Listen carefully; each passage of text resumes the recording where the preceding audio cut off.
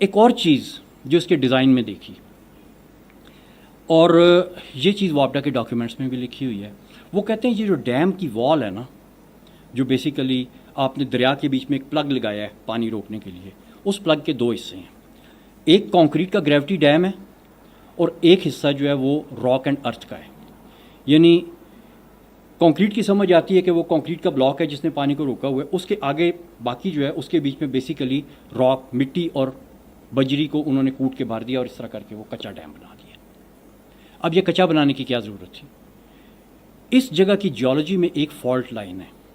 Fault line basically एक ऐसी जगह को कहते हैं जहाँ पे अर्थ की जो क्रस्ट है ना, उसके दो हिस्से होते हैं। अपरेंटली आपको पता नहीं चलता, लेकिन जियोलॉजिकली अंडरग्राउंड वो दो सेपरेट प्लेट्स हैं जो इस तरह से कनेक्ट हुई हुई हैं।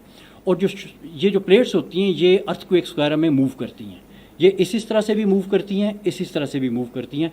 और इंजीनियरिंग टर्म्स में हम कहते हैं कि ये जो है ना अर्थ क्रस्ट के बीच शेयर स्ट्रेसेस क्रिएट करती हैं। शेयर, कैंची को भी शेयर कहते हैं, जो ऐसे करके काटती है। तो इस तरह से है या इस तरह से है, दोनों तरीके से ये शेयर में आती हैं। अब ये जो आपके डैम की वॉल है ना, इसके बिल्कुल नीचे से आपकी वो प्लेट गुजर रही है, आपकी फॉल्ट लाइन गुजर रही है। अब फॉल्ट लाइन के ऊपर आपने बंद बना दिया। अगर ये फॉल्ट लाइन थोड़ा सा ऐसे होती है या ऐसे होती है तो आपका डैम जो वहाँ से शेयर ऑफ हो जाता है। शेयर ऑफ का मतलब है वो टूट जाएगा। अब इन्होंने अक्लमंदी क्या की है, या अगेन आर्ट जो वो लेके आए हैं, आर्ट उनका ये है कि जो तो उनका कंक्रीट का पार्ट था उसको तो उन्होंने सेपरेट रखा है, और जिस जगह से वो लाइन गुजरी थी ना उधर उन्होंने रॉक और अर्थ फिल कर दिया है। अब जो कंक्रीट है उसके बीच में सरिया डला होता है जो बेसिकली शेयर रीइंफोर्समेंट प्रोवाइड करता है अगेंस्ट एनी ये जो इस तरह की मूवमेंट है।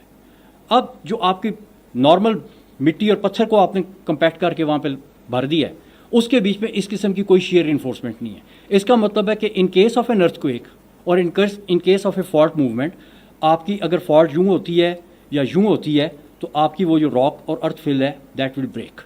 सो this dam is actually designed to break in case of serious movement of the fault line, which means कि उसके पीछे तकरीबन 8 मिलियन क्यूबिक मीटर पानी है। जब वो वॉल टूटती है तो वो पानी वहाँ से it will come out like a bomb, और नीचे वो वैली में तबाही मचाता हुआ आगे जाएगा। 8 million cubic metre is not a small amount of water. तो ये डैम जो है it has been design to burst under certain circumstances.